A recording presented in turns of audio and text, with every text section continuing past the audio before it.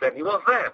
You're listening to Indus on BBC Radio Manchester and BBC Radio Lancashire with me, Talat Farooq Awan.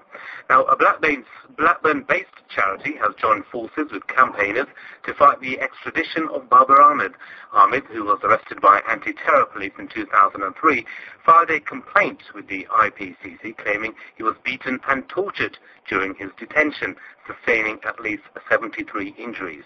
His arrest followed a controversial extradition request from the US that alleged he was involved in Azam.com, a now defunct website that supported Chechen and Taliban fighters. Hamid, Chaudry and Mohammad Quraishi are from the Bayyina Foundation that are currently lobbying the decision to extradite Babar, and they join me in the studio now. Welcome to the programme. Thank you. Walaikum salam. Thank you very much for coming in. So tell us briefly what's been happening since Babar filed his complaint with the IPCC. Mohammed. Right, okay. Basically, Babar Ahmad, as you rightly pointed out, has a controversial case, and he was arrested back in 2003, and where he was sustained those injuries, and since then, what happened is he's been given £60,000 in 2009 as compensation for that incident. Although it was a settlement, and to this day they've not given him an apology for what happened.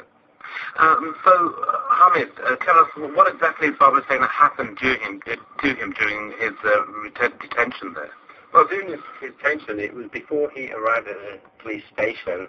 It was clearly obvious from the physical injuries which he sustained and which were captured and witnessed and verifiable by video evidence that he sustained a number over 73 injuries to his body.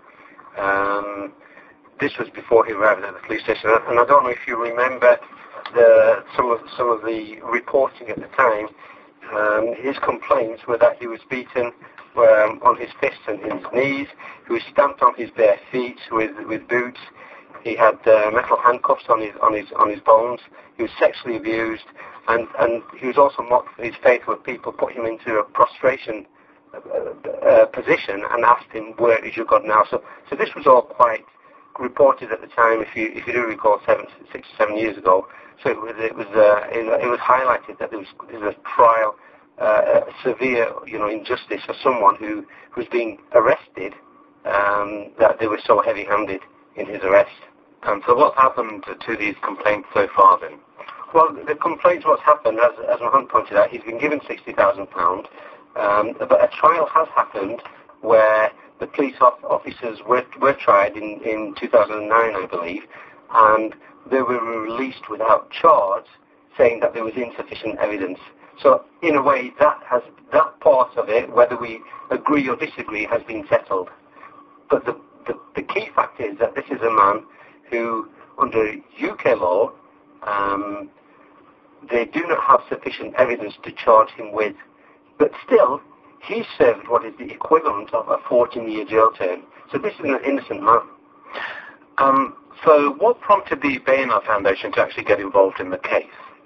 As ourselves, as a Blackburn-based Dawah organisation, Dawah meaning? Dawah means we want to talk about issues that affect not just the Muslims, but people generally in society. So any issues that affect the society, whether it's to do with what is quite common in terms of the economic situation. So we do a number of events around there. So this is one of the things, and to us, this struck us as a case which really required probably the Muslim community predominantly, but anyone who has a sense of justice of law to get involved in.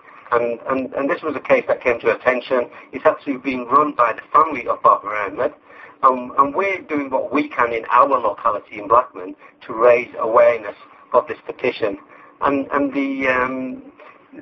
the process of is one where what we're hoping to do is to gain 100,000 signatures, such that what will that prompt? That will prompt there to be a possibility for there to be a parliamentary debate on trying Babar Ahmad, who is a UK citizen, let's not forget, in the UK, rather than being extradited to a country where he has never even been, and presented with evidence which in the UK, the CPS themselves have said that there is insufficient evidence under UK law to charge him in the UK.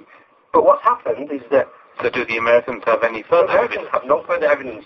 They have requested that the evidence on which he was... They felt he couldn't be tried in the UK was shared with the US, and the US are using that same evidence to say, we think we can charge him. Mohammed, do you think this petition is going to gather momentum? Well, alhamdulillah, Ashfaq Ahmed, Babar's father, set up this petition in August 11th, a 3-month petition, bearing in mind that there's a European court ruling pending before the end of the year. Alhamdulillah, the signatures have picked up, and the exact figures up until live right now on the petition website is 61,108. So we just need just under 40,000 really to hit the mark before November the 11th, inshallah. And if he is found guilty?